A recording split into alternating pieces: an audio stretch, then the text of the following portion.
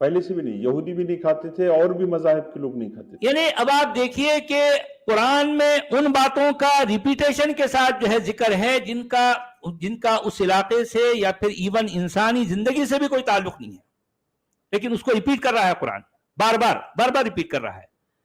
اچھا اب آپ دیکھیں، اگر میں یہ پوچھوں کسی بھی بڑے سے بڑے عالم دین سے کہ خنزیر کا گوشت یعنی سور کا گوشت قرآن میں کیوں حرام کیا گیا ہے، تو پوری دنیا کے مسلمانوں کے پاس میں یہ چیلنج کرتا ہوں کہ لحم الخنزیر کو حرام کرنے کی آخر وجہ کیا ہے.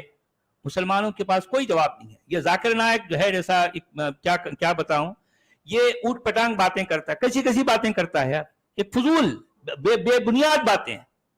پر اس کی باتوں کا تو جو ہے کوئی حساب کتاب نہیں ہے، وہ تو بس ایسی اوٹ پٹانگ باتیں ہیں. لیکن میں کہنا چاہ رہا ہوں کہ جو واقعی علماء ہیں، جو دعویٰ کرتے ہیں کہ ان کے پاس علم ہے، تو میں ان سے سوال کر رہا ہوں کہ قرآن میں لحم الخنزیر کو حرام کرنے کی بنیادی وجہ کیا ہے. اب یہ علماء، ہمارے مسلمان علماء اس کی جتنی وجوہات بتائیں گے وہ ساری وجوہات اوٹ پٹانگ ہیں. آخرکار ان کو یہ کہنا پڑے گا کہ نہیں بھائی، اس کا جو بھی باتیں ہیں جیسا بھی ہے، لیکن کیونکہ قرآن میں یہ آ گیا، اس کو حرام قرار دے دیا گیا، اور قرآن کے بارے میں ہمارا یہ ایمان ہے کہ یہ اللہ کا کلام ہے، تو اس اعتبار سے اللہ نے اس کو حرام کر دیا ہے، اس لیے ہم اس کو حرام سمجھتے ہیں. بات ختم ہو گئی. مسلمان اگر یہ کہیں تو بچ جائیں گے. اگر وہ جو ہے اس کو ڈیفائن کرنے کی کوشش کریں، سور کا گوشت اس وجہ سے حرام ہے، اس وجہ سے حرام ہے، وہ جہاں جو بولیں گے پھنستے جائیں گے. سور کے گوشت کے بارے میں یہ لوگ جتنا اپنا منہ کھولیں گے نا، پھنس جائیں گے.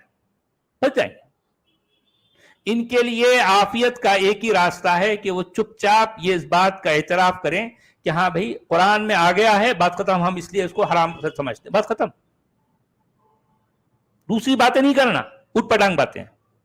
ٹھیک ہے، جس طرح سے ذاکر نائک کرتا رہا ہے، ایسی باتیں کرنے کی ضرورت نہیں ہے. آپ یہ کہہ دو کہ ہاں بھائی اس میں قرآن میں آ گیا ہے. لیکن اگر سوال یہ ہے کہ قرآن میں بھی اس کو حرام کیوں قرار دیا گیا ہے، اس کا اصل سبب بھی یہ قرآن جو ہے، یہ اس شریعت کو یہ کہیں اور سے چرایا ہے.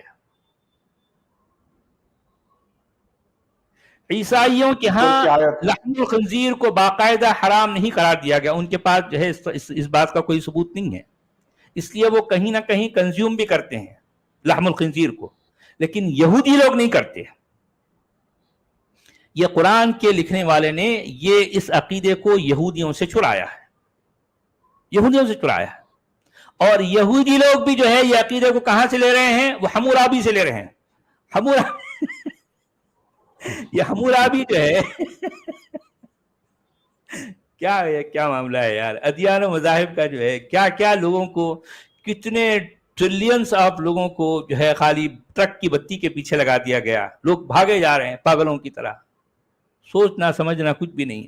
وہ کوئی بھی جو ہے ایک اوٹ پٹانگ کتاب ہے جس کتاب کو خدا سے جوڑ دیا گیا اور جو ہے اس کو تقدس کا درجہ دے دیا گیا. اب لوگوں پر جو ہے وہ کتابیں تھوپ دی گئیں اور جو ہے لوگ مانتے رہے، صدیاں گزر گئیں. کوئی غور کرنا ہے نہ کوئی جو ہے ان کے لیے اس پر کبھی جو ہے سوچنا ہے کہ یہ باتیں ہم پر آخر کیوں تھوپی گئی ہیں. ان باتوں کا ہم سے کیا تعلق، بس ایسے ہی چلا رہا ہے.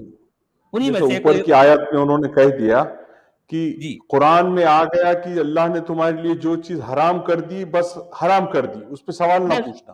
ہاں، یعنی اس میں کہہ دیا گیا نا کہ ان اللہ یحکم ما یرید، اللہ جو چاہے جو ہے فیصلے کرے گا، جو چاہے حکم دے گا، وہ جو اس کی اپنی چاہت ہے. تم کون ہوتے بھی پوچھنے والے، سوال کرنے والے کہ اللہ نے یہ فیصلہ کیوں کیا، یہ حکم کیوں دیا؟ تم کو پوچھنے کا کوئی رائٹ نہیں ہے، کوئی رائٹ نہیں ہے. ان اللہ یفعل ما یشاء بھی کہتا ہے قرآن. یعنی اس کی جو مشیت ہے، اس کا جو ارادہ ہے، اس کی جو چاہت ہے، اس کے مطابق وہ کام کرتا ہے.